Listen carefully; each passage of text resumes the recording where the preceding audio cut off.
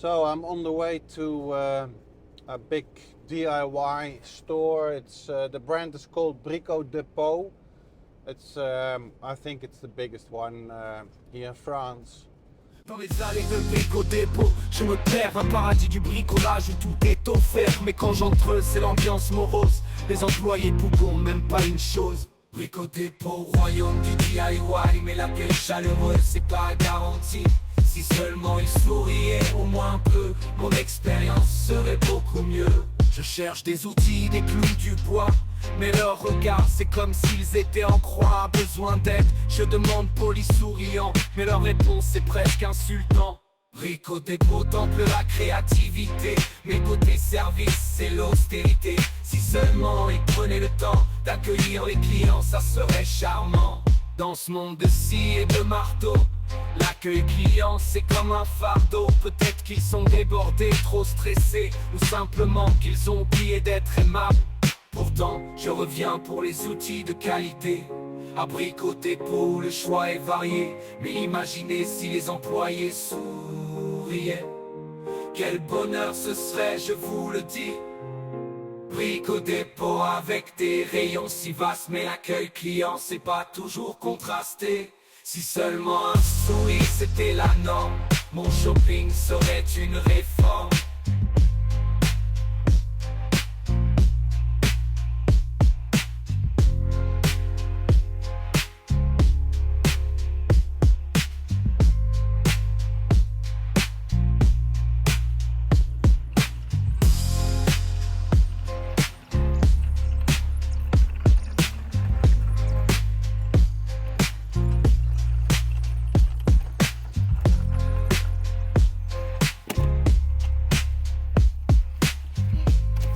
Shower floor. Discharge water. Warm water pipe insulation. More discharge pipe. Wood for the ceiling in the middle house. More wood for the ceiling in the middle house. Even more wood for the ceiling of the middle house.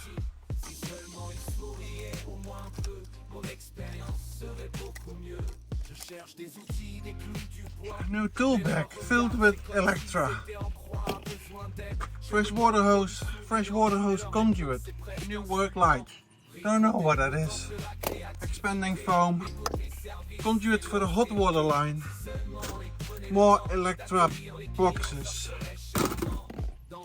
4 legs for the shower floor. I got 8 legs because we are heavy people. Conduit for Electra. Larger diameter conduit for Electra. More wood.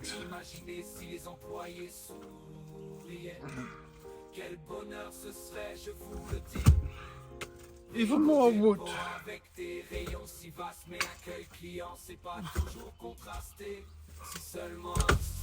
New tool storage and accessory storage boxes. Oh, they were on my wish list for a very long time. Primer coat for wood, electric cable. Shower tap connections for multi-layer hose. More electricity things. Wire. Wago electricity cable clips and more things, and that's it. I'm going home.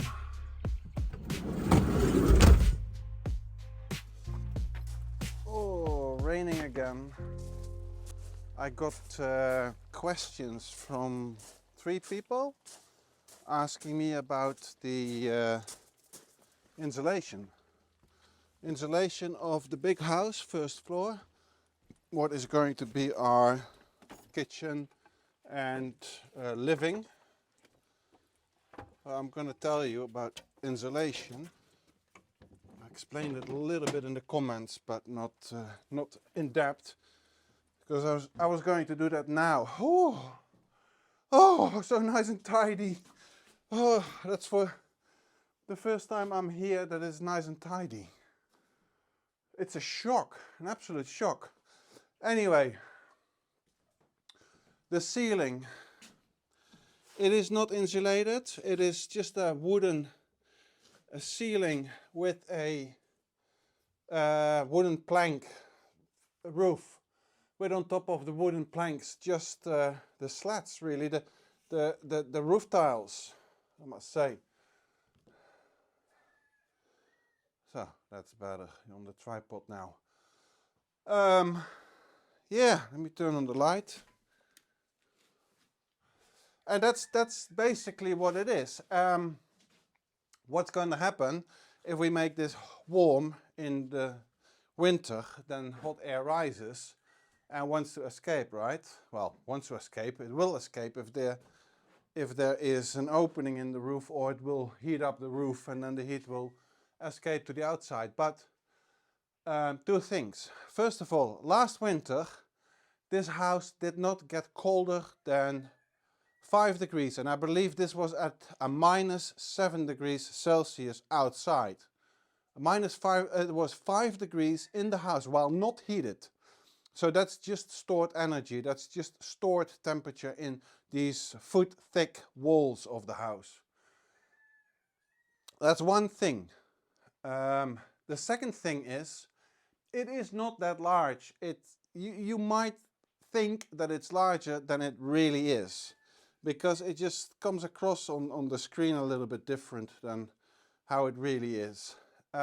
This is approximately 32 square meters, 320 square feet, and then what, 4 meter high, 4 meter, that is what, 12 feet high, you know, in a roof like that. This volume here is approximately twice the little house, a little bit more than the little house where we live now. In the little house we've got a little poêle, a little wood stove, and that's really a little wood stove, a very small one, and even that one I cannot burn to maximum efficiency because it will just get too hot. With wood you should burn it fast and hard, and by burning it that way the emissions, the pollution is kept to a minimum. It's bad for the environment to not burn a wood stove at its best efficiency, and we can't in a little house. We can't burn it too hard because it would just get too hot. We'll have to open a door and let the heat escape, and that is with a very small poêle. Now this space is about twice the size of the little house, and I'm pretty confident that with some strategically positioned fans, with the poêle that we have in the little house right now, we could warm this up to a very acceptable, comfortable temperature. Maybe some fans in the roof, maybe one of those big helicopters that is swinging around and pushing hot air rising up, down. I don't know.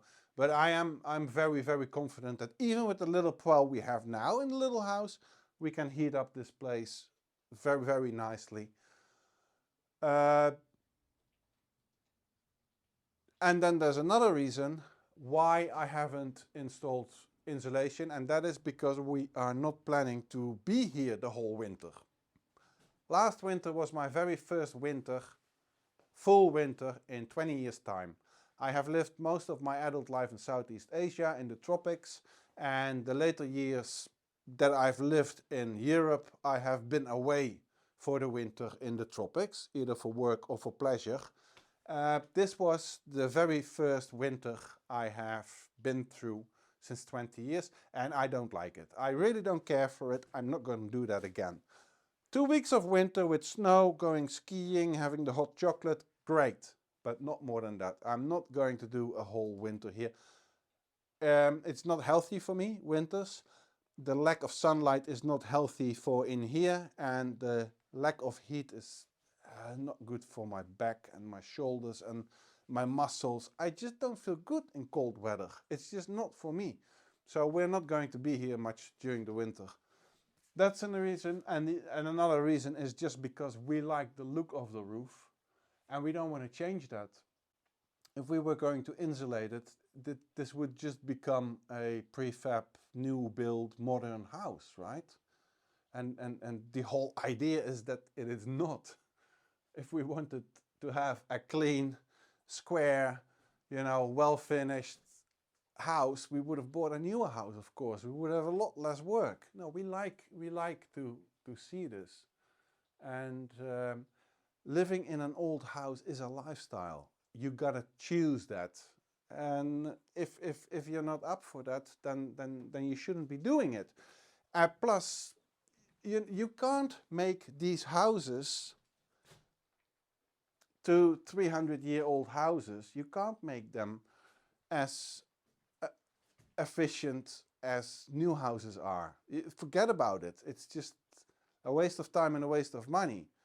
You better buy a new house. You got to be put up with certain inconveniences. That's just the fact of life, If you're not willing to do that, you can't afford it, or you just don't want to, don't do it. Don't buy an old house. I don't think it is for everyone. But we love it, and I love it, and I even if I would buy a new house, I would have to find things, to work on and to improve and to. Wouldn't be for me. But yeah, it comes at a cost. So that's my story about why we don't insulate the roof. Not to say that we will never insulate the roof. I don't know. I really don't know. We need to see. But no, it's not the plan for now. Right, I'm going to take my working lights because we're going to move down to the bathroom. I bought a new tool bag. You keep organizing, right? You keep organizing. And I notice now that I keep moving around the house. I'm going up and then I work there and then I work there. So I need to think mobile again instead of a central workshop. I need to be able to work at location. So I bought a new tool bag. I'm going to put stuff in there and then I'll meet you downstairs because we're going to start with where we need to start in the bathroom. That's very important, and that's going to be the position of the shower compartment floor, and that's where it all starts. See you downstairs. So I got 3 different kind of aerated concrete blocks. I got the 5 centimeter, I got the 7, and I got the 20. These are going to be the back wall, the 5, then the 20 are going to be this side wall. This part is going all the way up because there will be a cupboard behind it with the laundry, and this will be a low section, and then that door that we refurbished is going to be here as a decorative partition.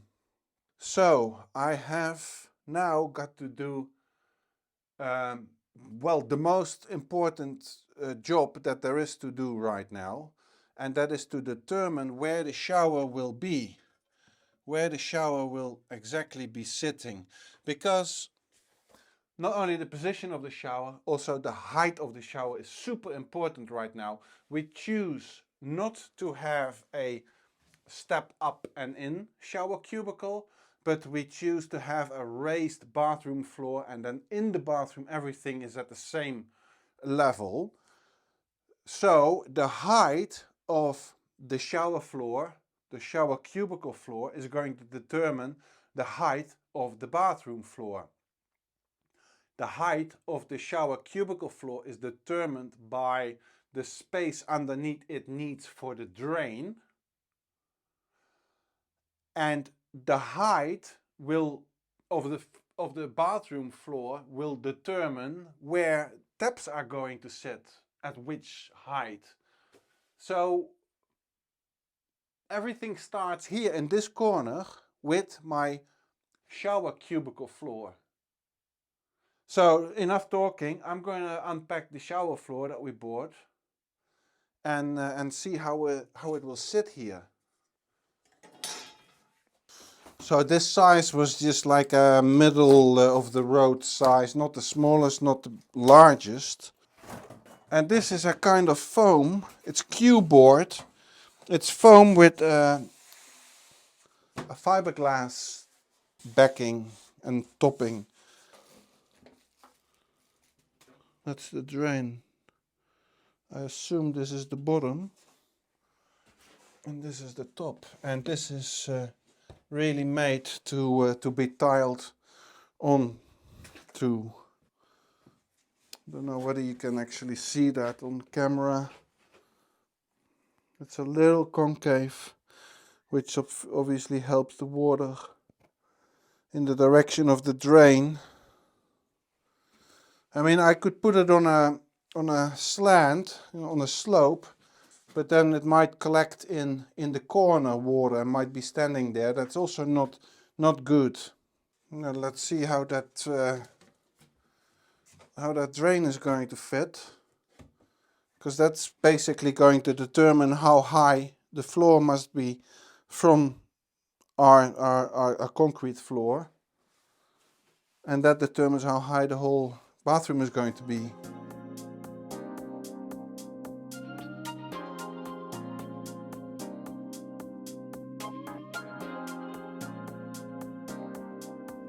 It's all with rubber seals. Well, don't want to push it through because it could damage the rubber seals. You need to lubricate it first with water or soap. Now, sometimes, most of the time you don't need a manual, but sometimes you really do. And there's absolutely zero instructions with this. Boutzeit Schuttdeckel.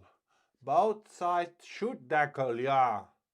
I believe in my German that this is a cover that you put on during the build construction, so that it doesn't get all dirty. Ah, I get it. There's a system of an inner ring and an outer ring, and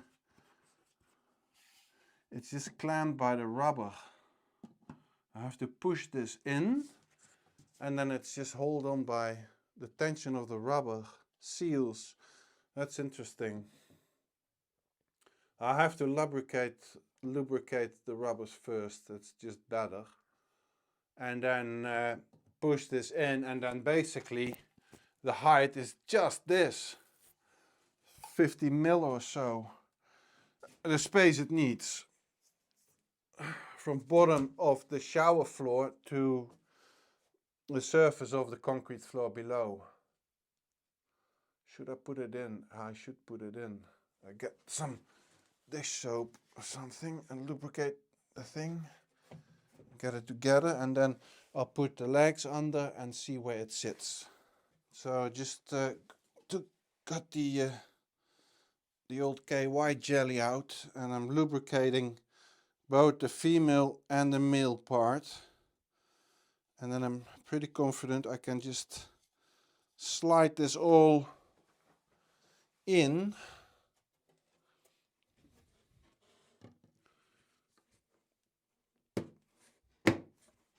And it's in. That's it.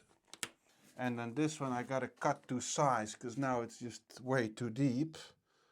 And then it will pop in there together with this siphon. This is of course some sort of a siphon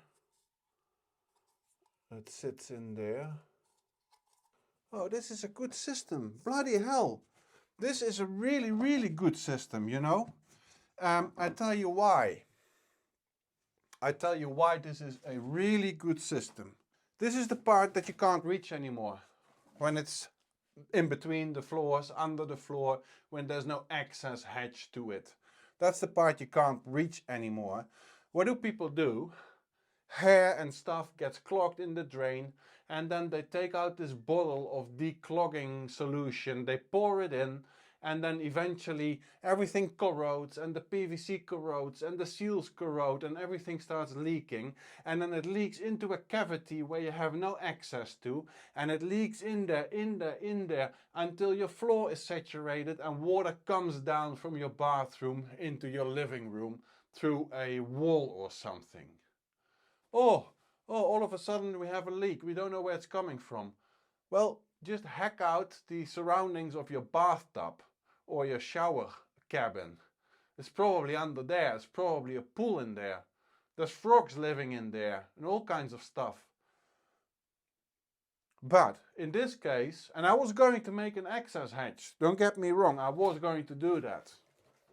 But in this case you don't have to, basically, because what you do is you just remove your drain, you lift it up and out, and then your siphon, and then you have access to your drain. You can just poke a spring, or what do you call them, one of those long thingies through, and declog and get the hairs out of there and all the muck.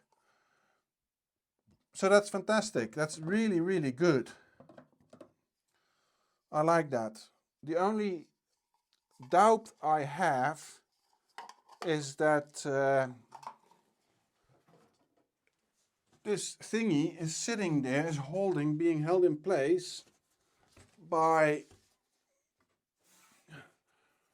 just squeezing, you know, by just the friction of the rubber seal. And that I find a little bit strange.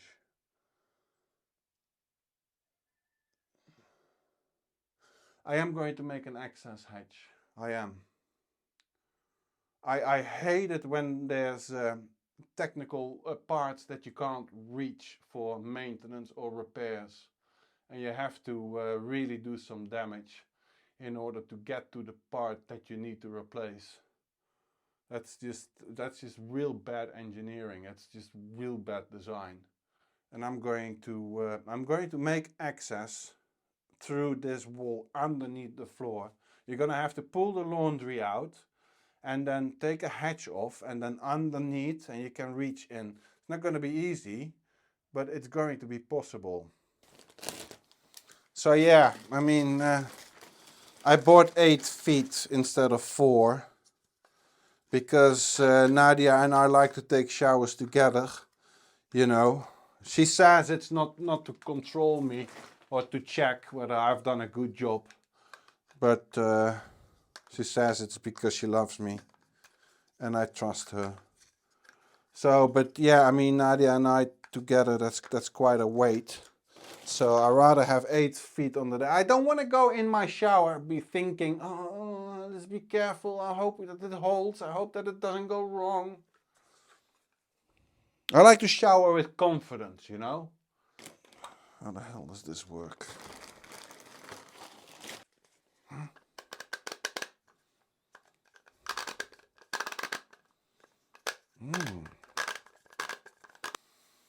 That's 1 foot assembled.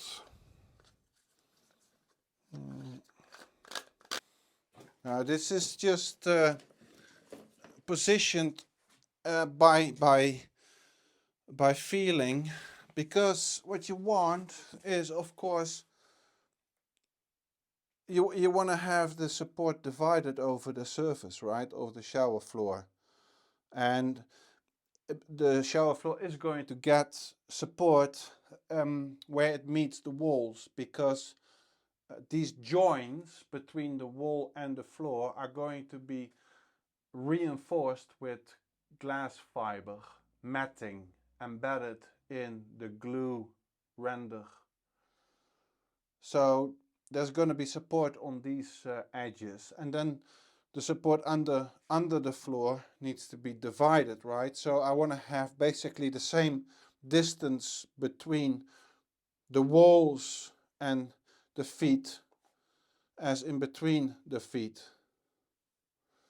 So this distances between the feet should be about equal to the distance between each feet and the nearest wall.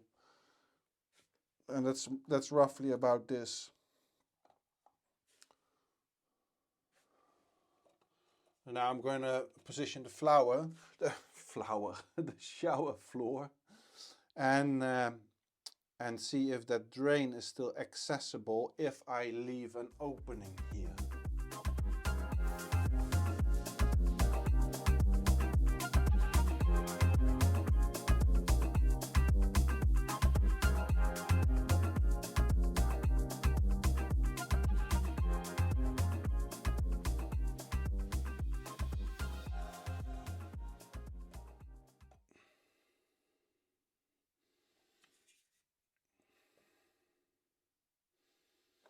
Yeah, okay, I got my supports all perfectly lined up. Yeah. They are in a good position, and they are really, it's all super horizontal.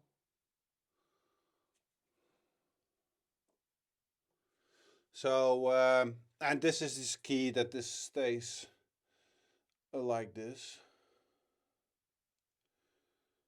Yeah. What I'm going to do is I'm going to make up a little bit of glue. What's that stuff? This aerated concrete glue, and I'm going to give it a few blobs on each leg stand, so that they stay in position.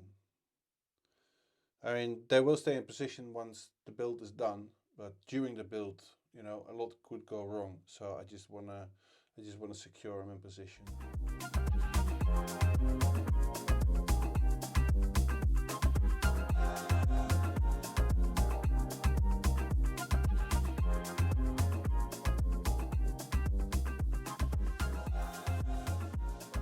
So when that's all cured tomorrow, these feet are not gonna move anymore. That's for sure. All right.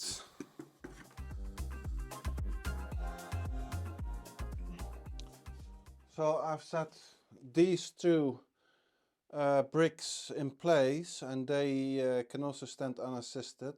That's all good. I really want to have a minimum amount of seam, not more than 1 millimeter. And now this one is going to sit here, and I gotta cut out this opening basically in order to reach under here and be able to reach the drain. Because yeah, as I said before, this is going to be the cupboard where the laundry is. So, and it will have sort of a false floor. You remove the false floor and then you can reach underneath.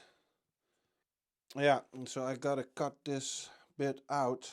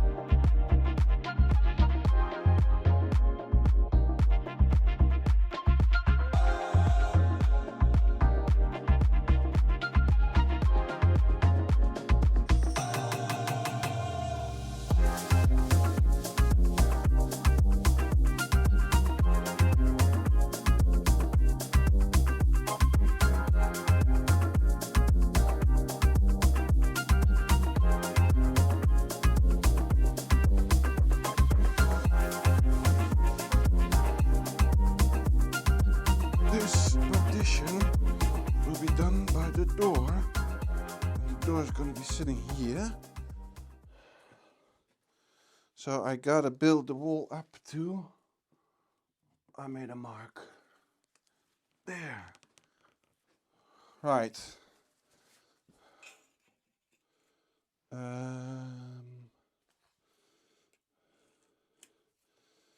This part is reserved for the door. And we can keep on building on the back wall, but I need to protect the floor, because if this tile glue drips on the floor, then it's going to be really difficult getting it off. I don't want that. So I gotta get some protective paper, and then yeah, I can continue on that back wall.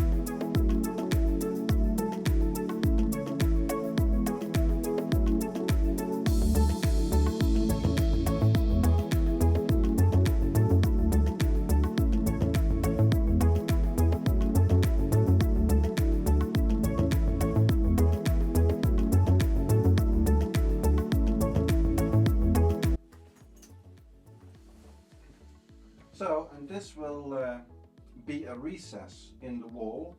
Put your shampoo and stuff. It's gonna be, yeah, the right height, more or less. I mean, that floor is gonna be 15 centimeters higher than I'm standing.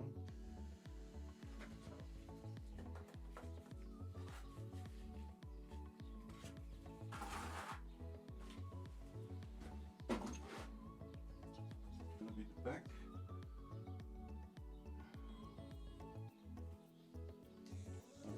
My mailman.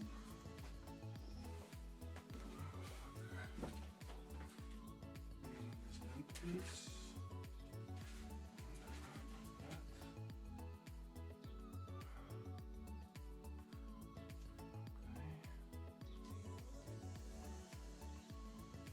And then a separation piece in the middle.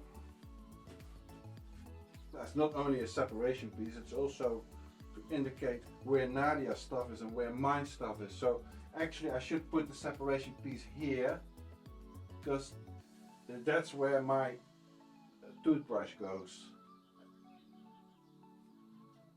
Yeah, but I'm not going to do that because Nadia will get strange ideas. I'm just going to put it in the middle.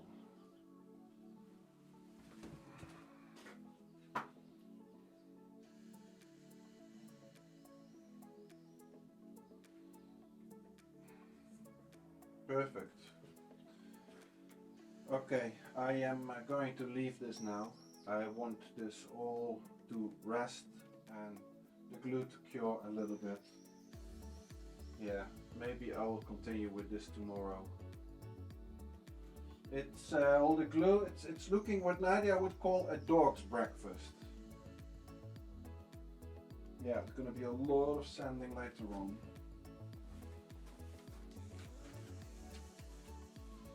So, that's me standing in my shower.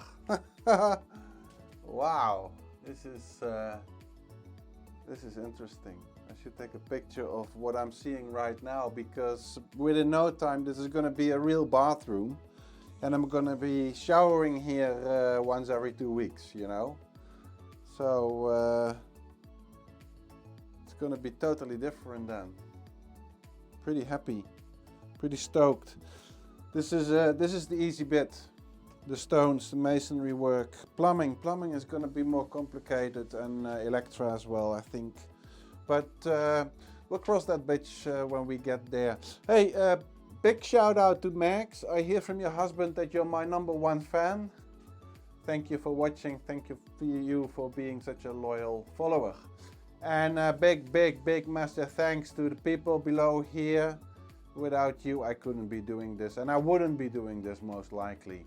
So yeah, if you think I deserve a coffee, you could always click on the link below or click on the link in the description and treat me to a coffee, would be nice.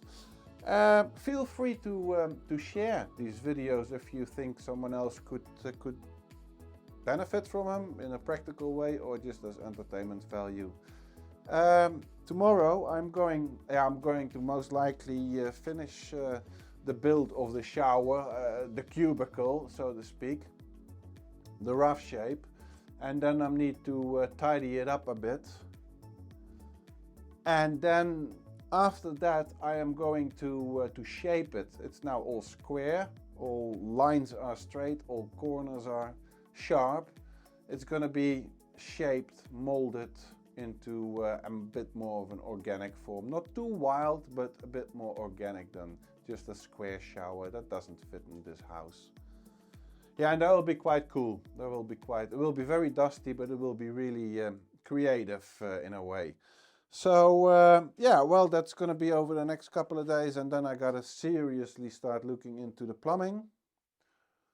Yeah, because that needs to be hidden inside walls, etc., etc.